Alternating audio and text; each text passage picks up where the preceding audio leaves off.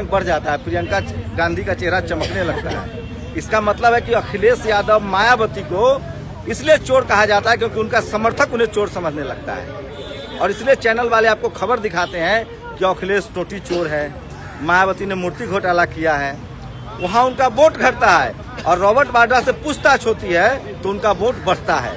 इसका मतलब है कि हमारी सोचने की प्रक्रिया को किसी ने गड़बड़ किया है। अब बताइए, अच्छा हुआ डंडा लग रहा है। हमारे नेता जो दूसरे जनरेशन वाले नेता हैं उस सड़क पर शायद आना भूल गए हैं, अब आएंगे। और इसी की वजह है कि जनता सड़कों पर नहीं आ रही है। कांग्रेस बीजेपी की राजनीति देखिए, मैं रोज कवर करता हूँ। फलाना चीज पर आज बंद है, ढिमकाना चीज पर आज बंद है और 5-5 हजार लोग जुड़ते हैं। संसाधन है उनके पास, हमारे पास संसाधन नहीं है। हम सब संसाधन विहीन लोग हैं, अपने से लड़ाई लड़ रहे हैं। और ये पूरी लड़ाई अखिलेश यादव, तेजस्वी यादव और लालू यादव की नहीं है भैया। ये लड़ाई संसाधन विहीन और संसाधन पर कब्जा की है। उनको कोई दिक्कत नहीं है कि आप चपरासी बनिए, आप जीडी लेवल की नौकरी कीजिए, आप फौज में जवान बनिए। उनको दिक्कत तब है जब आपका बेटा सीएम पीएम बनेगा। उनको दिक्कत तब है जब आप आईएएस बनते हैं। उनको दिक्कत तब है जब आप ब्यूरोक्रेट्स बनते हैं। उनको दिक्कत तब है जब आप कमांडेंट बनते हैं, लेफ्टिनेंट गवर्नर बनते हैं, एयरफोर्स मार्शल बनते हैं। तो ये जितने भी देश में SC ST, हमको रोज फोन आता है, 100 फोन आता है फौज से। वहां भी लोग समझने लगे हैं। आपके पास माध्यम नहीं था मीडिया, आपके पास माध्यम नहीं था अखबार, इसलिए वो हरा को हरा कहता है तो आप भी हरा कहते हैं, हरा को वो लाल कहता है तो आप वो लाल कहते हैं। अच्छा हुआ अखिलेश यादव जी को अब समझ में आने लगी है। वो भी कह रहे हैं कि हम आजकल, अब हमको लगने लगा कि हम सुधर हैं या हम पिछड़ा हैं। गलती यहाँ हुई है कि हमारे नेताओं ने अपने बच्चों को पार्लियामेंट पहले पहुंचाया और सामाजिक समझ का ज्ञान बाद में दिया। नेहरू ने ये काम पहले किया था, इंदिरा गांधी को उन्होंने पार्लियामेंट नहीं पहुंचाया। पहले चिट्ठियां लिख लिख के हिंदू संस्कृति को कैसे मजबूत करना है ये समझाया और तब मरने के बाद वो संसद गए। चलिए, तेजस्वी यादव का को समझ में आ रहा है। अच्छा, एक बात है, मायावती से नफरत क्यों करते हैं सब?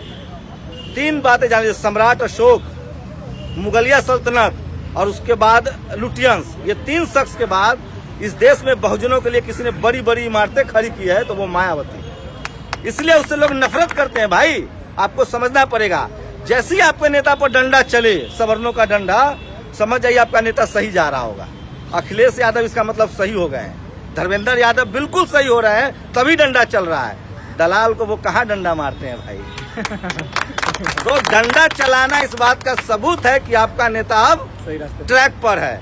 थोड़ा डंडा खाने दीजिए, तभी जनता का दर्द महसूस होगा। लेकिन धर्मेंद्र यादव के प्रति मेरी बड़ी सहानुभूति है। एक ऐसा आदमी जो शरद यादव का पूरा स्पेस भर रहा था। शरद जी को पार्लियामेंट नहीं जाने दिया गया, रोक दिया गया अनडेमोक्रेटिक तरीके से। धर्मेंद्र यादव सबसे सुलभ नेता है। रात के 2 बजे, 3 बजे, 1 बजे जब फोन कर लीजिए तब चले जाइए। और कल्पना कीजिए आप लोग, अगर आप लोग को लगता है कि आप पर डंडे नहीं पड़ेंगे, जब मतलब मुलायम सिंह यादव की फैमिली पर डंडा पड़ रहा है तो हमारी आपकी क्या औकात है। जब लालू यादव को जेल में डाला जा रहा है तो हमारी आपकी औकात क्या है। मैं इस देश में, चाहे वो नौकरी पेशा लोग हों, चाहे वो ब्यूरोक्रेसी में हो, मीडिया में हो, चाहे हमारे नेता हो, सबको मैं कहना चाह रहा हूँ, अगली बारी आपकी है। जितने SC ST OBC माइनॉरिटी के लोग नौकरी करते हो, चाहे किसी डिपार्टमेंट में, पुलिस में, सेना में, मंत्रालय में, फौज में, उन सबको शरीर झुका कर नौकरी करना पड़ता है। बहुजनों के लिए राजेंद्र प्रसाद सिंह की लाइन है, बहुजनों के लिए नौकरी ले लेना आसान है, उसको पूरा कर लेना पूरी जिंदगी उनकी मतलब बुजदिली में गुजरती है, सह सह के करना पड़ता है। ये लोग डरा के रखता है, दबा के रखता है। समय आ गया है, जो बाबा साहब का सपना था, सम्मान की लड़ाई, जिसको मायावती भी आगे बढ़ा रही है। मायावती दलित नेता है, किसी की औकात नहीं उनको डंडा लगा दे, क्योंकि उसने अपना हाथ ऐसे कर रखा, वो टिकट बांटती है, मांगती नहीं है। हमारे नेताओं को इस पोजीशन में आना पड़ेगा और जनता में भी समझदारी बढ़ी है। आप लोग एकजुटता दिखा रहे, हमारे जो युवा हैं वो हैं। और ये कोशिश है कि आपको यूनिवर्सिटी न पहुंचने दिया जाए, क्योंकि सारी बहुजन समाज की लड़ाई फूले पेरियार कहाँ जिंदा हुए हैं, कॉलेज में, यूनिवर्सिटी में। इसलिए अपने आप को मैं बोलना चाहता हूँ, आप लोगों से ही सीखता हूँ। मैं कॉलेज यूनिवर्सिटी नहीं गया और नौकरी करता तो मैं भी डरपोक होता। नौकरी जरूरी है लेकिन ऋण विहीन नहीं। वक्त आ गया है कि आपको आने वाले बच्चों के लिए लड़ना पड़ेगा। जो जगदेव बाबू कहते थे, पहले पीढ़ी लड़ेगी, दूसरी मरेगी, तीसरी राज करेगी। अगर हम लोग अब भी नहीं निकले घरों से तो जो हम उठा रहे हैं वही हमारे बच्चे उठाएंगे। इसलिए हम लोग किसी पर एहसान नहीं कर रहे हैं, हम किसी दूसरे की लड़ाई नहीं लड़ रहे हैं। ये हमारी अपने आत्मसम्मान की लड़ाई है, हमारे आने वाली नस्लों की हम लड़ाई लड़ रहे हैं, अपने बच्चे की लड़ाई लड़ रहे हैं। और ये इस देश के लोगों को समझना पड़ेगा। और आप लोगों से गुजारिश है, इतने पढ़े लिखे लोग हैं आप, आज के डेट में आपके पास सोशल मीडिया का हथियार है। रोज एक वीडियो डालिए फेसबुक पर, व्हाट्सएप पर, 5 मिनट डालिए ना भाई। सास बहू साजिश और न्यूज चैनल देखते हैं ना, आप लोगों में दम है। काउंटर कीजिए तमाम पत्रकारों को, तमाम मंत्रियों को, और देखिए आप कैसे एकाएक स्टार बन जाते हैं। आपको किसी अरसुन परसुन शर्मा वर्मा की जरूरत नहीं है। आप सब लोग मेधावी हैं, पढ़े लिखे लोग हैं।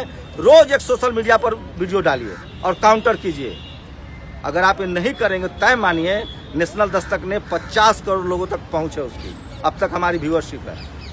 और मैं इसका इम्पैक्ट बता रहा हूँ, इसकी ताकत बता रहा हूँ। आप लोग इसको कीजिए, नहीं तो धर्मेंद्र यादव की तरह रोज आप भी मारे जाएंगे। और समझिए कि जब धर्मेंद्र यादव सुरक्षित नहीं है, अखिलेश यादव सुरक्षित नहीं है, जब मायावती को डरा सकते हैं, लालू को जेल में डाल सकते हैं, तो बहुजनों की क्या औकात है? 2 रुपए की हमारी औकात नहीं है।